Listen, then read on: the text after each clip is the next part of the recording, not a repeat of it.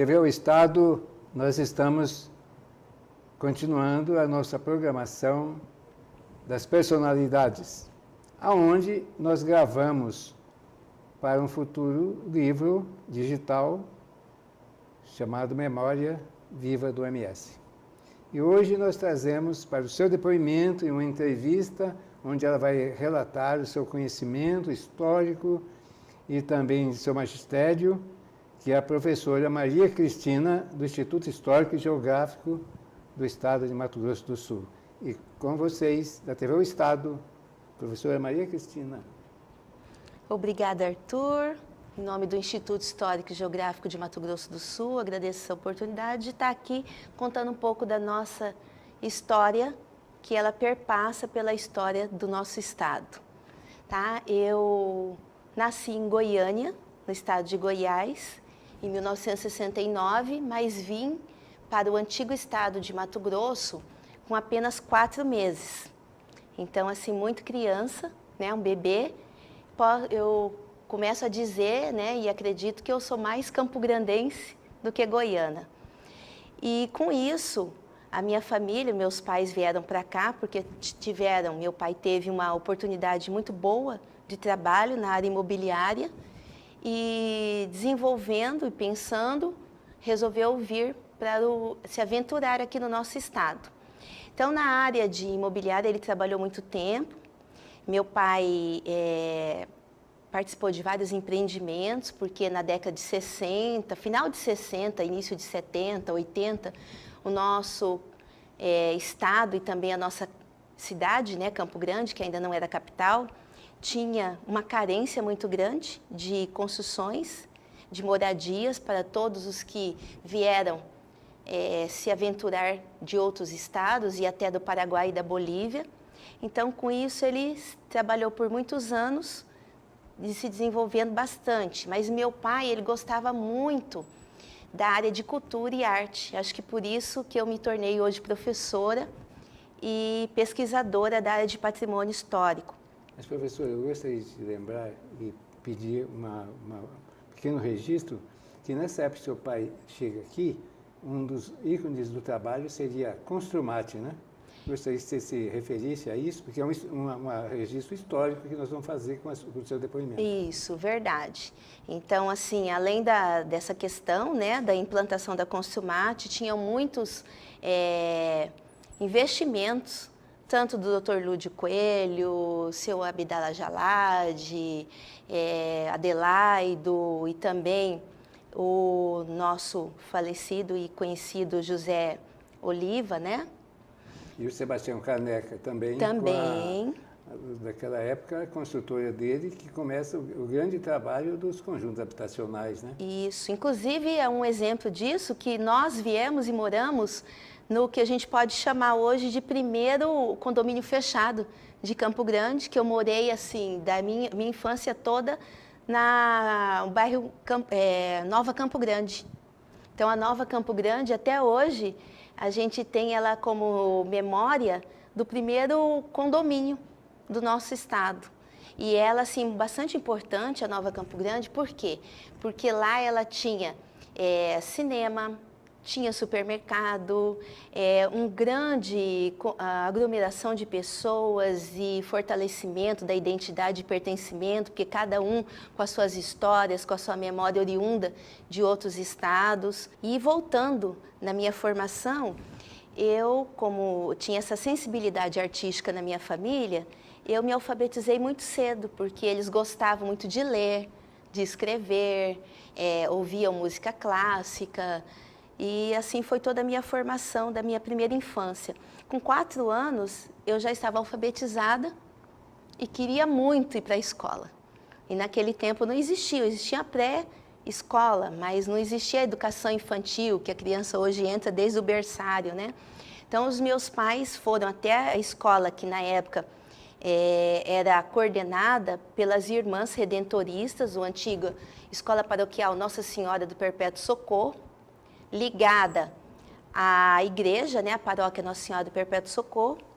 E nessa escola eu fiz toda a minha formação, porque as freiras me aceitaram, porque eu já era alfabetizada, apesar de ser muito pequena, porque as crianças lá entravam com 5 para 6 anos, eu tinha 3 para 4, e concluí os meus estudos lá. Tive uma formação muito boa, com excelentes... Onde hoje tem a FACSul. Onde hoje é a FACSul. Então, aquela quadra inteirinha ali, no bairro Mambaí, era uma escola de freiras, era uma escola mista, tinha meninos e meninas, mantidas com as mesmas perspectivas de uma escola católica, assim como tinha também o Dom Bosco e a Nossa Senhora Auxiliadora, tinha a Nossa Senhora do Perpétuo Socorro. E lá eu fiz da educação infantil até o magistério. Me formei lá, né, com 16 anos, e já comecei a lecionar com 16 anos. E ingressei com 17 anos na faculdade, fazendo pedagogia na antiga FUCMAT, que hoje nós conhecemos como CDB, né? E lá eu fiz o meu curso e continuei trabalhando em escolas particulares, lecionando, porque eu gostava, me identificava e me identifico até hoje com a educação e com a cultura. Eu acredito nesses pilares da nossa vida para desenvolvimento, e o crescimento de uma pessoa, a integridade, é pela educação e pelo tudo que ela aprende que se desenvolve.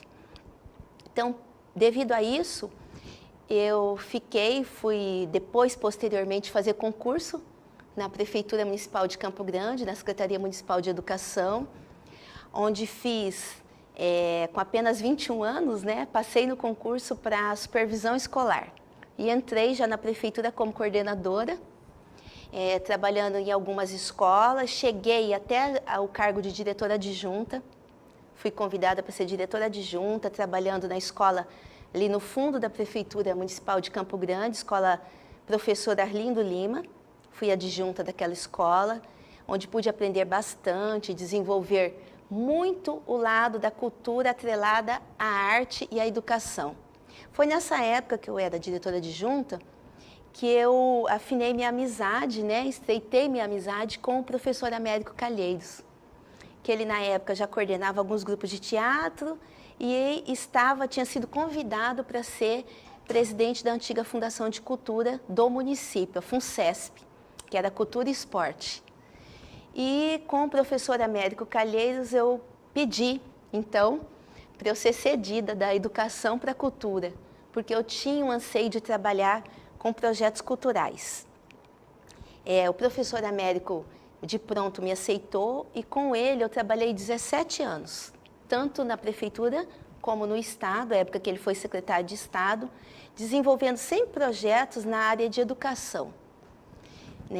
E eu implantei e coordenei o projeto de educação patrimonial na prefeitura. Isso ele versou de 2003 até 2006, numa parceria da Secretaria Municipal de Educação com a Fundação de Cultura.